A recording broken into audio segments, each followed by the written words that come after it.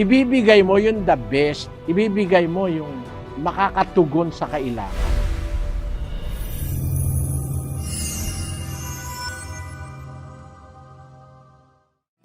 Ganito, unang-una sa lahat, meron kasing isang sikreto dyan.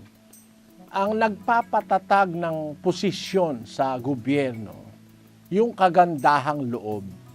Sinasabi yan ng salita ng Diyos.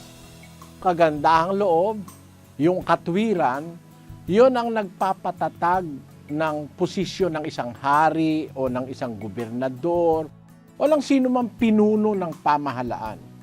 Nakasulat yun sa Aklat ng Kawikaan.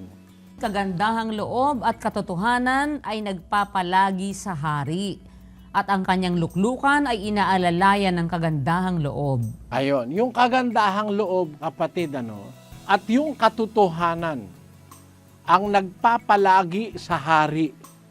Kung gusto mong mamalaging nasa posisyon, kailangan yung katotohanan at kagandahang loob ang mixture nun.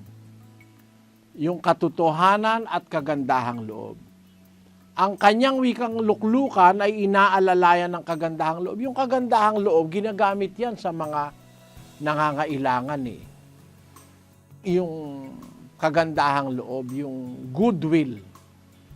Halimbawa, may mga nangangailangang mahihirap, nangangailangan ng tulong, kalinga, huwag nating ipagkakait. Yung mga pangangailangan ng mga nangangailangan. Kasi doon natin nagagamit yung virtue na kung tawagin goodwill o kagandahang loob.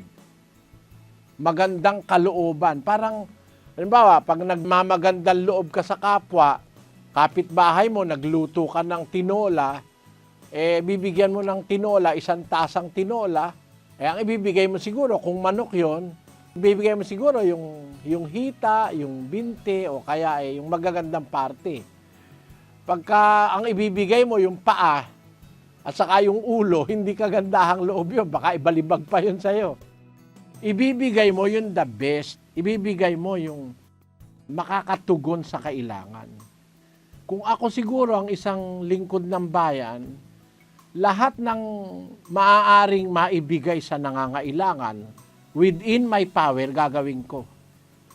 Kaya kung tatanungin mo sa akin, kapatid, yung salita ng Diyos, ang salita ng Diyos ang may sabi, para ang isang hari ay manatiling matatag sa kanyang katungkulan, kailangan niya yung kagandahang loob at katotohanan.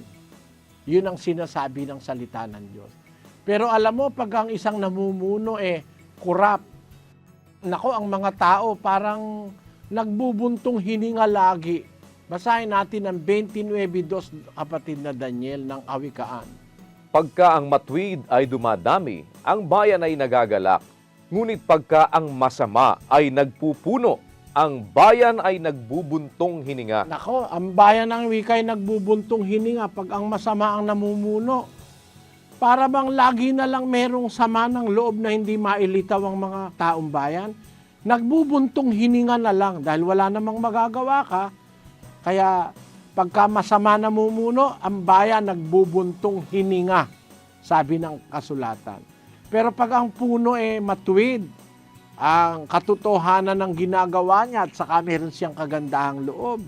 Ayun, yun ang kailangan, kapatid. Subukan mo, yung mga nangangailangan, pagpakitaan mo ng kagandahang loob na totoo, hindi pakitan tao. Pagkakagandahang loob may kalakip na katotohanan, pagiging tapat, ay makita mo, pag nag-run ka for re-election, maire-re-elect ka uli. Tapos mag-run ka uli, maire-re-elect ka uli. Hindi ka na maaalis sa pwesto.